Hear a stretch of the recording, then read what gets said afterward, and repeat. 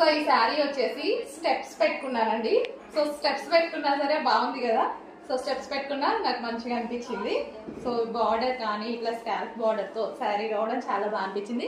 And దీనికి main వచ్చేసి blouse అండి. బ్లౌజ్ అనేది ఇంకా ఎక్కువ హైలైట్ చేసింది. ఇంకా మీరు ఏదైనా డిజైన్ చేసుకోవాలంటే చేసుకోవచ్చు. నేను ఎక్కువ డిజైన్స్ వాడను కాబట్టి సో ఇలాగా సింపుల్ గా చేసుకున్నాను అనమాట.